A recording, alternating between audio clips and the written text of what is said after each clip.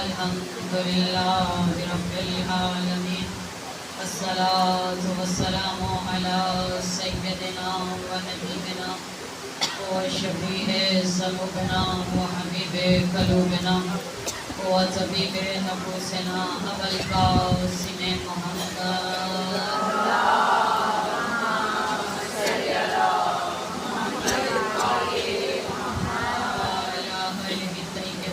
الطاهرين المعصومين أما بعد فقد قال الله تبارك في كتاب مجيد وفرقان الحميد بسم الله الرحمن الرحيم رب اشرح لي صدري ويسر لي أمري واحلل عقدة من لساني يفقهوا قولي صلوات اللهم صل على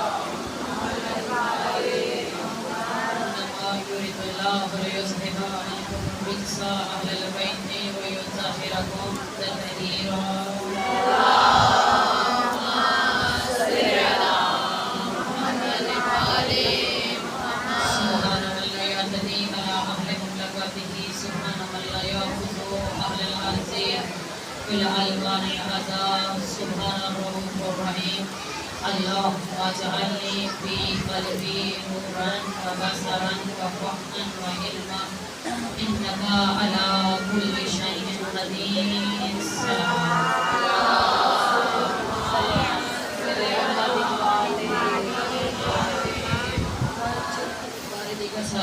محمد اللهم صل على محمد وآل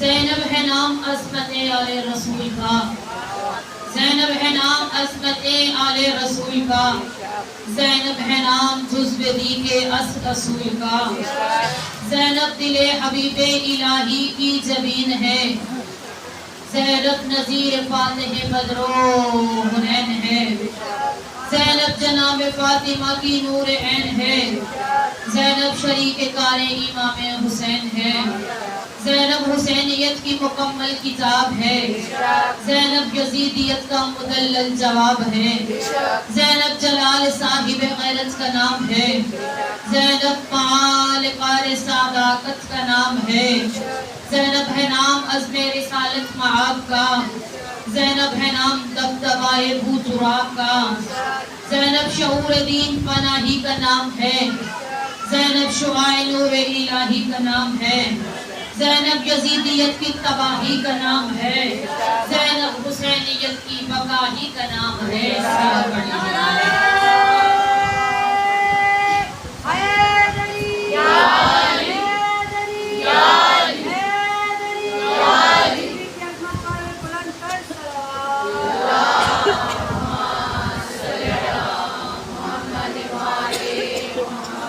اس مجلس کے فوراً بعد یا وبئی کے در مجلس اعزاء ہے یعنی نماز ظہر کے بعد آپ سب سے شرکت کی اپیل ہے کل 23 صفر مظفر کو پروین باجی کے گھر امان گھاڑ میں 2 بجے مجلس اعزاء ہے آپ سب سے شرکت کی اپیل ہے اسی طرح 24 صفر کو آپ جانتی ہیں یہاں پہ 2 بجے مجلس اعزاء شروع ہو جائے گی اور تعبیر پہ جناب زینب سلام اللہ علیہ کی مجلس سے آپ سب سے شرکت کی اپیل ہے سلام پڑھیں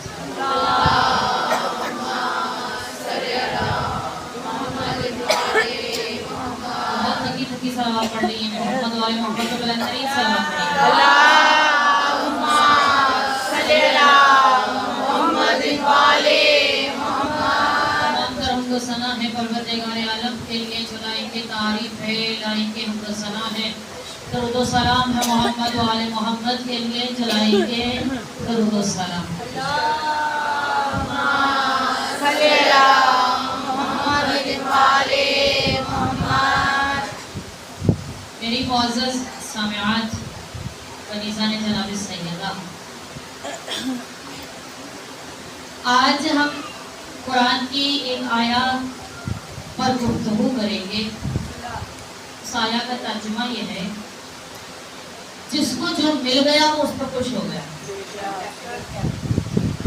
اس کی تفسیر میں کچھ لوگوں نے نکاح کے بارے میں گفتگو کی ہے وقت بہت قلیل سا ہے آپ توجہ رکھیں گی تو مجلس اپنے معراج پہ پہنچ جائے گی کیونکہ مجلس میں آنے کا اصل ہدف جو ہے وہ یہاں سے رزق معرفت لینا ہے. اگر وہی نہ لیں تو پھر یہاں آنے کا فائدہ نہیں کرتے. یعنی اتنے کام چھوڑ کر آپ اور اتنی مشکلات برداشت کر کے آپ یہاں پہنچتی ہیں اور یہاں سے خالی ہاتھ جانا مناسب نہیں. لیکن رزق معرفت اسے ملتا ہے جو خالی کاسہ لے کر بیٹھا ہو، خالی ظرف لے کر بیٹھا ہو، لیکن اتنے خلوص اور یقین کے ساتھ بیٹھا ہو اور اتنی متوجہ ہو کر بیٹھا ہو کہ جب اس کا کاسہ تو خالی ہے، اس کا ظرف تو خالی ہے، لیکن اسے یقین ہے کہ آج میرے اس کاسے کو بھر دیا جائے. آپ جانتی ہیں آج کی مجلس زینب عالیہ کے نام ہے. یہ بیوی وہ بیوی ہیں کہ جو ثانیہ زہرا کہلوائی ہیں، اور جو ان کے در پہ آ جاتا ہے وہ کبھی بھی خالی نہیں جاتا ہے. اپنی توجہات کو مبذول رکھیے گا تاکہ جو معروضات لے کر آئے تو آپ تک پہنچا سکو.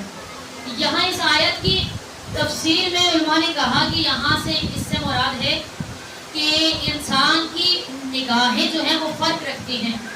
یعنی سب کی نگاہیں الگ الگ فرق رکھتی ہیں.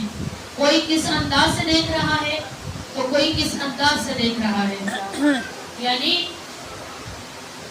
کلام خدا، پروردگار کے کلام کو اگر کافر دیکھے تو اثر اور ہوتا ہے، مسلمان دیکھے تو اثر اور ہوتا ہے، اور وہی کلام اگر کوئی مومن دیکھے تو اثر اور ہوتا ہے. وہی کلام کوئی نبی دیکھے تو اثر اور ہوتا ہے، کوئی ولی دیکھے تو اثر اور ہوتا ہے. وہی کلام کوئی اللہ والا دیکھے تو اثر اور ہوتا ہے. کلام وہی ہے، اگر وارث قرآن دیکھے تو اثر اور ہوتا ہے. کلام ایک ہے، نگاہوں کا فرق ہے. یعنی الگ الگ نگاہیں ہیں جن کا علیحدہ علیحدہ اثر اندازی ہو رہی ہے. کوئی کس انداز سے دیکھ رہا ہے تو کوئی کس انداز سے. پروردگار عالم کی جتنی بھی آیات ہیں، جتنی بھی نشانیاں ہیں، ہم سب اپنی اپنی نگاہ کے مطابق دیکھتے ہیں. یعنی جو چیز ہمیں اچھی لگ گئی ہم نے اس سے اثر نکال لیا. توجہ ہے؟ آپ خاموش ہو گئے ہیں. جیسے ہی ہم نے نظر اٹھائی اور اللہ کی آیت کو دیکھا، اللہ کی نشانی کو دیکھا، آیت سے مطلب نشانی ہے، اللہ کی نشانی کو دیکھا تو یہ نشانی جو ہے جب ہم پر اثر انداز ہوئی تو الگ الگ اثر ہو رہا ہے. مثال تو بہت بڑی، یہ سورج ہے، جب صبح نکلتا ہے تو جو الگ الگ اثر ہوتے ہیں وہ یہ ہوتے ہیں. اب جیسا جیسا اثر ہوگا ویسا ویسا ہی لوگوں کا نظریہ قائم ہوتا چلا جائے گا. جیسے ڈاکٹروں نے کہا کہ صبح کے وقت جب سورج کی پہلی شعاع نکلتی ہے اس کو اگر اپنے جسم پر لو تو تمہارے وٹامن ڈی میں اضافہ ہو جائے گا. ایسا ہی ہے نا؟ میں تصدیق کیجئے گا. ایسا ہی ہے. اسی طریقے سے جب دوپہر کا وقت ہوا اب اس کی شعاع میں بھی مکمل اثر آ گیا ہے، تیز ہو گئی ہے، اب گرمی بھی بڑھ گئی ہے. لیکن وہی ڈاکٹر جو اس وقت کہہ رہے تھے کہ سورج کی شعاعیں لیں اب وہی کہہ رہے ہیں کہ اس سورج سے بچئے، بالخصوص گرمی کے موسم میں اس سے بچئے، اس کی طرف چہرہ نہ کیجئے بلکہ کمر کر کے بیٹھئے. کتنا بدل گیا یہ نگاہ، کتنا اثر انداز ہو گئی ہے یہ نظریہ کہ ایک ہی وقت میں ایک ہی چیز سے نظریہ بدل رہا ہے. آئیے چلتے ہیں. جب پرانا دور تھا تب لوگ بسوں پر جایا کرتے تھے. جب گھوڑوں کا دور ختم ہوا، اونٹوں کا دور ختم ہوا تو لوگ گھوڑوں پر حج کرنے جایا کرتے تھے، جو ہے وہ اونٹوں پر جایا کرتے تھے. وہ دور ختم ہو گیا، اس کے بعد گاڑیاں چل پڑی تو بسوں پر لوگ جانے لگے. اب 2 بسیں یہاں پاکستان سے جا رہی تھی، جب گئی عرب کی سرزمین پر تو اتنا خوفناک طوفان آیا، کوئی چیز دکھائی نہیں دے رہی ہے، اتنا طوفان ہے، بس مٹی کی گٹا اڑ رہی ہے اور اس کے درمیان سے جو 2 بسیں ہیں وہ راستہ بھول جاتی ہیں. اب جب راستہ بھول گئی ہیں آپ سب دعائیں کر رہے ہیں پروردگار سے، پروردگار ہمیں راستہ دکھا، پروردگار ہمارا کنارہ دکھا. اب یہ بندے جو ہیں اللہ سے دعا کر رہے ہیں تو کسی کی دعا قبول ہو گئی. تھوڑی دیر کے بعد سورج نکل آیا تو پانی تھم گیا. اب ایک گھوڑ سوار آتا ہوا نظر آیا جب لوگوں نے دیکھا کہ کوئی گھوڑے پر سوار ہو کے آ رہا ہے، اب یہاں نظریے قائم ہو گئے.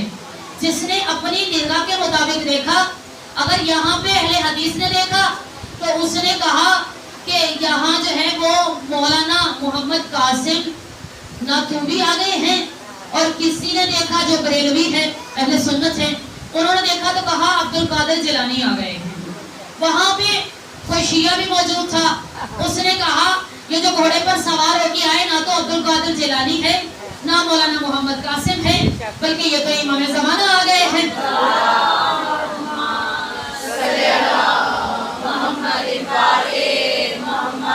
دیکھیں نگاہ سب کی الگ الگ سے ہے، سب اس نگاہ کے ذریعے سے نظریے قائم کر رہے ہیں اپنے اپنا ذات کے مطابق. یعنی جو جس کے اندر تھا وہی نکلتا ہے.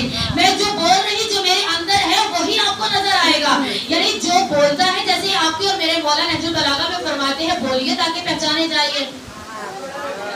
آپ بولیں تاکہ پہچانے جائے، آپ کی پہچان ہو جائے. مولا کا فرمان ہے کہ انسان اپنی زبان کے پیچھے چھپا ہوا ہے. یعنی جب بولتا ہے تو اس کے اندر جو انسان ہوتا ہے وہ نظر آ جاتا ہے. اس لیے احتیاط کیجئے، جب بول رہے ہوتے ہیں تو اس چیز کو مد نظر رکھیے کہ آپ کون ہیں اور کیا بول رہی ہیں. بس اس طرف نہیں جا رہی، لیکن وہ نظریہ قائم کر رہے ہیں. نگاہ وہی ہے جو اہل حدیث نے اٹھائی، نگاہ وہی ہے جو بریلوی نے اٹھائی، نگاہ وہی ہے جو ایک شیعہ نے اٹھائی. لیکن وہ اپنے ظرف کے مطابق کہہ رہا تھا کہ محمد قاسم آ گئے، وہ اپنے نظریے کے مطابق کہہ رہا تھا عبد القادر جیلانی آ گئے، اور شیعہ اپنے نظریے کے مطابق اپنے ظرف کے مطابق کہہ رہا تھا کہ اس کا عقیدہ ہے کہ ہر مشکل میں مشکل کشا آتا ہے، ہر مشکل میں مشکل کشا آتا ہے. لیکن مشکل کی شاہ اس کو ڈھونڈیے جو دوسروں کو بچانے کے ساتھ ساتھ خود کو بھی بچائے. جو خود کو نہ بچا سکے وہ مشکل کشا نہیں ہوتا. ایک دن اللہ ندا دے گا، سب کو بلائے گا، اس دن وہی کام کریں گے جو خود کو بھی بچا سکتے ہیں اور دوسروں کو بھی بچائیں گے. تو کسی نے میرے مولا سے پوچھا، مولا جنت کے تو 8 دروازے ہیں اور ہر دروازے سے ہمیں پکارا جائے گا. تو کہا ہاں 8 دروازوں سے تجھے پکارا جائے گا، لیکن تمہارے درجات کو دیکھ کر جیسے جیسا تمہارا درجہ ہوگا ویسے ویسے تمہیں پکارا جائے گا. کچھ ایسے ہوں گے قیامت کے دن فقط جن کو ان کا نامہ اعمال تو سیدھے ہاتھ میں دیا جائے گا، لیکن ان کے درجے اتنے بلند نہیں ہوں گے، اور کچھ کے درجے بہت بلند ہوں گے. بس اپنے درجوں کے مطابق ان دروازوں سے گزرنا ہوگا. ہم نے کہا کہ ہم تو علی کے چاہنے والے ہیں، ہم تو مولا کی مجلسوں میں جاتے ہیں، ہم تو نعرے لگاتے ہیں، ہم تو ماتم کرتے ہیں. کہا یہ سب کچھ ٹھیک ہے، ماتم کرنا بھی ٹھیک ہے، ماتم میں جانا بھی ٹھیک ہے، مجلس میں بیٹھنا بھی ٹھیک ہے. تم جاؤ اور ان سارے اعمال کو اپنے نامہ اعمال میں لکھوا لو، لیکن جب تک تمہارے اعمال اس لائق نہیں ہے کہ آل محمد کے مطابق ہوں، اس وقت تک تمہیں آل محمد شفاعت تمہاری نہیں کریں گے. یعنی اگر تھوڑی بہت گڑبڑ ہو گئی تو اس کو تو معاف کر دیا جائے گا، لیکن اگر کسی نے نمازیں پڑھی ہی نہ ہو، اگر کسی نے پردہ کیا ہی نہ ہو، لیکن مجلس زینب میں آ کر بیٹھ گئی ہے، بی بی کو رونے کے لیے آئی ہے، بی بی کی چادر کو رونے آئی ہے، بی بی کے مسائل پہ رونے آ گئی ہے، لیکن پردے کی الف بے کا پتہ نہیں ہے. اور مجلس میں تو آ رہی ہے لیکن نماز کی الف بے کا پتہ نہیں ہے. مجلس میں تو آ رہی ہے لیکن دین کی زبر زیر کا پتہ نہیں ہے.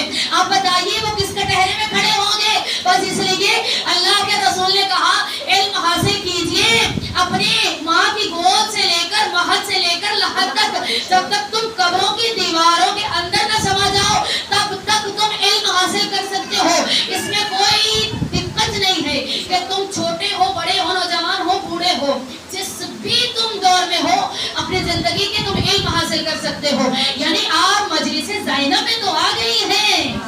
ایک مثال دے رہی ہوں کیونکہ یہاں بولنا بہت ضروری تھا اس مسئلے پہ کہ جناب زینب نے اپنا پورا گھر اس چیز کے لیے قربان کر دیا ہے. لیکن اگر یہاں نہ بولا جائے تو خیانت ہوگی کہ بی بی کی مجلس میں آ گئی ہے، لیکن اس طریقے سے جس طریقے سے بی بی نماز ادا کر رہی ہے، اس طریقے سے جس طریقے سے بی بی پردہ کر رہی ہے، اس طریقے سے جس طریقے سے بی بی زندگی گزار رہی ہے. اگر ہمیں نہیں معلوم تو ہمیں سیکھنا چاہیے کہ بی بی کی سیرت طیبہ کیا ہے، بی بی کس طریقے سے نماز پڑھتی. دیکھیے کتنا مشکل وقت تھا بی بی کا جب قید ہو کے گئی ہیں، لیکن بی بی نے نماز شب کو بھی نہیں چھوڑا. اتنے مشکل وقت ہے، لیکن ہم تھوڑا سا بیمار ہو جاتے ہیں تو نماز کو چھوڑ دیتے ہیں. لیکن بیوی کتنے لاشوں کے درمیان بھی نماز شب ادا کر رہی ہے. نماز مغرب اور عشاء بیوی نے پڑھی یا نہیں پڑھی؟ جب شمع غریبہ آئی تھی پڑھی تھی نا. لیکن ہم مجلس میں آ کے نماز کو بھول جاتے ہیں. ہمیں بھولنا نہیں ہے، بلکہ اپنی اپنی نگاہ کے مطابق، اپنے اپنے